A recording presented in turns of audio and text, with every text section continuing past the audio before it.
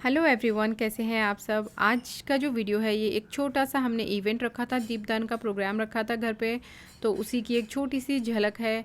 यहाँ पे हविशा श्याम सुंदर को सजा रही है फूलों से, फूलों की माला से। ये हमारा लिविंग एरिया है, ये है हमारे जगन्नाथ जी। और अगर इस गैलरी से हम सीधा आगे चलते हैं तो ये है टीवी रूम।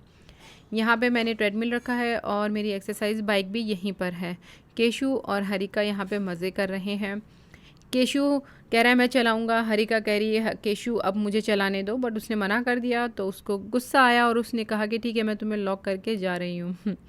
और यह है गेस्ट रूम, जिसकी थोड़ी आज डस्टिंग की थी मैंने क्योंकि गेस्ट आने वाले थे। ये हमारा लिविंग एरिया, जैसा मैंने बताया लिविंग रूम है। मैंने इसमें बड़ी वाली दरी ऑर्डर की थी जो पूरा हॉल को, पूरे हॉल में बिछ जाए, जिससे किसी को भी बैठने में तकलीफ़ ना हो। तो ये पूरा बिछ गई थी, साइड में गद्दे भी लगाए थे। ये मेरे कज़न ब्रदर हैं जो टाइम पास कर रहे हैं, आई थिंक इंस्टाग्राम या फेसबुक देख रहे हैं, शायद कुछ चैट कर रहे हैं। और यहाँ का देखिए जो पूरा डेकोरेशन के बाद में जो लुक था वो कुछ ऐसा था। यहाँ पे श्याम सुंदर, साइड में मैंने सोफ़ा रखे थे स्पीकर के लिए, और उसके साइड में मैंने जो कीर्तन मंडली आएगी उनके लिए गद्दा बिछाया था ताकि वो लोग आराम से बैठ पाएँ और आराम से कीर्तन कर पाएँ। और इसके पीछे जो हमारा डाइनिंग एरिया है उसमें मैंने रखे थे दीपक, ताकि सब लोग यहाँ से दीपक लें और दीपक ऑफ़र कर पाएँ। एक्चुअली ये मेरे घर में मेरा सबसे फेवरेट स्पॉट है क्योंकि मैं यहाँ खाती भी हूँ और खाते खाते पढ़ती भी हूँ। पीछे बुक्स रैक है तो कुछ भी बुक उठा के पढ़ लेती हूँ। ये है श्याम सुंदर का क्लोज़अप लुक। तो कैसे लग रहे हैं श्याम सुंदर, ये सब हविशा ने ही सजाया है। और फूलों की माला, ये उसी का आइडिया था कि मम्मा ऐसे हम लोग फूलों की जो माला है हैंग करते हैं, अच्छा लगेगा। तो ये उसने ही सजाया है। और आप लोग बताइएगा कि कैसा लग रहा है लुक। सभी लोगों को बहुत पसंद आया था, सब ने बहुत इन्जॉय किया। यहाँ पे मेरी कुछ फ्रेंड्स थी जिनको मैंने इनवाइट किया था, कुछ आ गए थे और कीर्तन भी शुरू हो गया था और कुछ लोग आ भी रहे थे। हॉल बिल्कुल भर गया था, लिविंग एरिया जो हमारा था पूरा भर गया था और ऐसा लग रहा था जैसे पूरा पैक हो गया है। लेकिन किसी को भी ऐसे तकलीफ़ नहीं हुई बैठने में, भगवान की दया से सबको जगह थी सफिशेंटली, आराम से बैठ सके और वो लोग सब लोग बहुत ही आनंद ले सके इस इवेंट का। उन लोगों को कीर्तन करने में बहुत ही अच्छा लगा और जब कीर्तन हो रहा था तो सभी लोग बहुत ही अपना पूरा पार्टिसिपेट कर रहे थे उसमें। ऐसा नहीं था कि हाँ ये एक तरफा था कि बस प्रभु जी कीर्तन कर रहे थे और बाकी सब लोग जो थे वो सिंपल बैठे थे या एंजॉय नहीं कर रहे थे, ऐसा नहीं था। जितने भी मेहमान आए थे, जितने भी मेरे फ्रेंड्स थे, मेरे हस्बैंड के जितने भी फ्रेंड्स थे, उन्होंने पूरा पार्टिसिपेट किया। और जब कीर्तन हो रहा था तो ताली बजा के, उनके पीछे पीछे गा के उन्होंने पूरा पार्टिसिपेट किया। देखिए जब सामने वाले का इन्वॉल्वमेंट होता है तो जो कीर्तन है वो और भी ज़्यादा अच्छा होता है क्योंकि वो एक तरफा नहीं रहता, वो दोनों तरफ से होता है।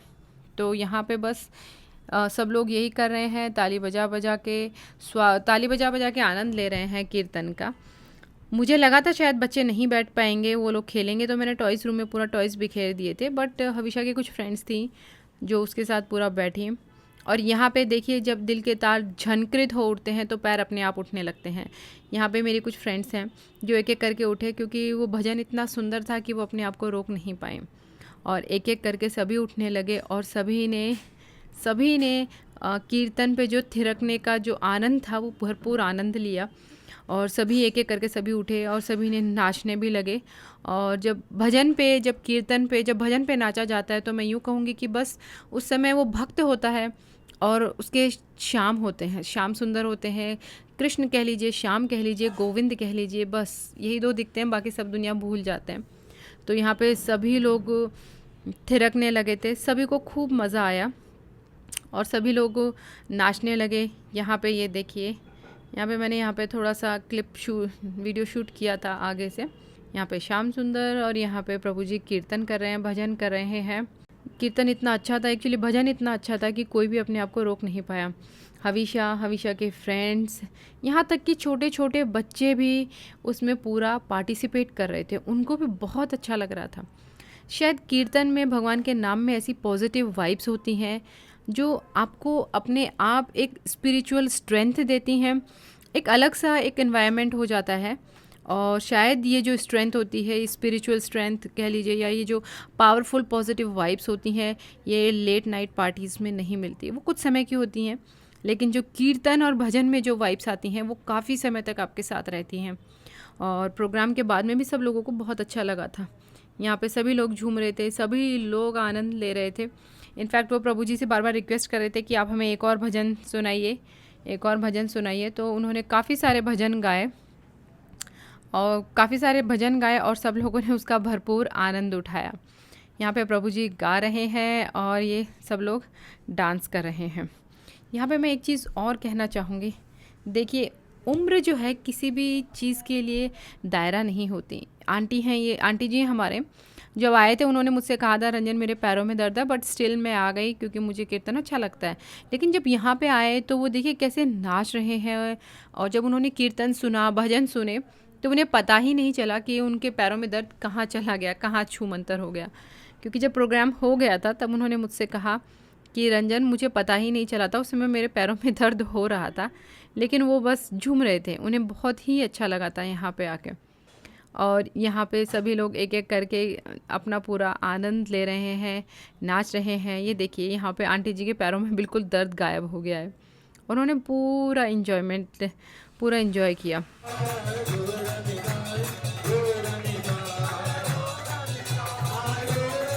कीर्तन चल रहे थे, कीर्तन के बाद में एक्चुअली हमने एक लेक्चर भी रखा था प्रभु जी ने कि हाँ एक छोटा सा लेक्चर भी होगा। तो पहले सभी लोग खूब नाचे गाए और उसके बाद में जो है प्रभु जी ने कहा कि हाँ चलो अभी लेट हो रहा था तो कि अब लेक्चर का टाइम हो गया है। तो उस समय सभी लोग शांत हो गए थे और सब लोग बैठ गए और हम सब लोगों ने बहुत ही ध्यान से वो लेक्चर सुना।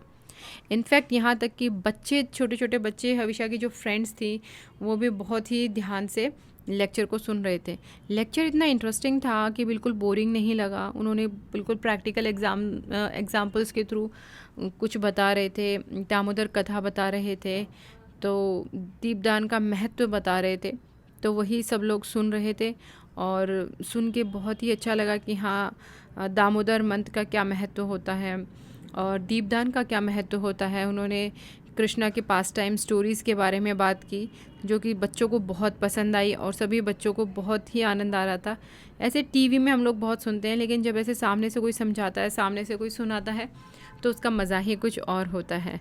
तो बच्चों ने सब ने वो स्टोरी सुनी। ये है पूरे लिविंग एरिया का लुक जो कि मैंने किचन से कैप्चर करने की कोशिश की थी। मैं यहाँ किचन में खड़ी थी तो मैंने देखा कि हाँ सब लोग बैठे हुए हैं, तो यहाँ से मैंने कैप्चर किया था ये क्लिप। और सब लोग बहुत ही ध्यान से सुन रहे थे, बिल्कुल भी बच्चों की आवाज़ें नहीं आ रही थी। और ये है किचन का लुक। यहाँ पे आई हैं भोली आंटी जिनसे मैंने हेल्प ली थी पूड़ियाँ बनाने के लिए, क्योंकि बाकी प्रसाद मैंने बना लिया था जैसे खीर, मटर पनीर की सब्ज़ी, पुलाव, रायता, लेकिन पूड़ियों के लिए मैंने भोली आंटी की हेल्प ली थी। और ये हविशा हरिका का रूम है जहाँ पे केशु के फ्रेंड्स आए हुए हैं और वो लोग मज़े कर रहे हैं। और यहाँ पर जब प्रोग्राम ख़त्म हो गया तो सब लोग दीपदान करने लगे।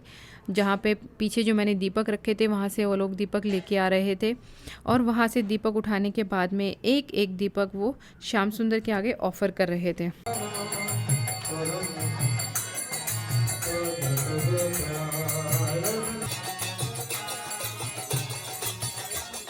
यहाँ पे सब लोग दीपदान कर रहे थे और एक तरफ प्रभु जी दामोदर अष्टकम गा रहे थे। यहाँ पे हविशा ने दीपदान किया, दीपक ऑफ़र किया भगवान को। और फिर उसके पीछे उसके कुछ फ्रेंड्स थे जो कि एक एक करके दीपदान कर रहे थे, एक एक करके दीपक ऑफ़र कर रहे थे।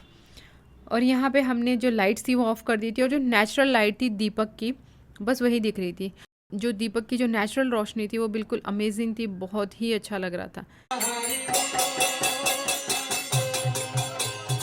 यहाँ पे सारे मेहमान जा चुके हैं, सब लोगों ने प्रसाद ले लिया था, वो क्लिप में ऐड नहीं कर पाई। सबसे लास्ट में मैंने प्रसाद लिया था। यहाँ पे मैं प्रसाद खा रही हूँ और मैं मेरे भैया के साथ ये डिस्कस कर रही थी कि हाँ क्या क्या कमियाँ रही, ऐसा नहीं करना चाहिए था, शायद सोफ़ा बाहर लगा देना चाहिए था। एज़ यूजुअल जो प्रोग्राम के बाद में होता है कि हाँ यार ऐसा नहीं करना चाहिए था, शायद ऐसे कर देते तो जगह ज़्यादा बन जाती। बट हम नेक्स्ट सोचा कि ठीक है नेक्स्ट टाइम सुधार करेंगे। और ये पूरा हॉल खाली हो गया था क्योंकि सारे मेहमान, सारे फ्रेंड्स, जितने भी मेरे फ्रेंड्स थे वो सब जा चुके थे।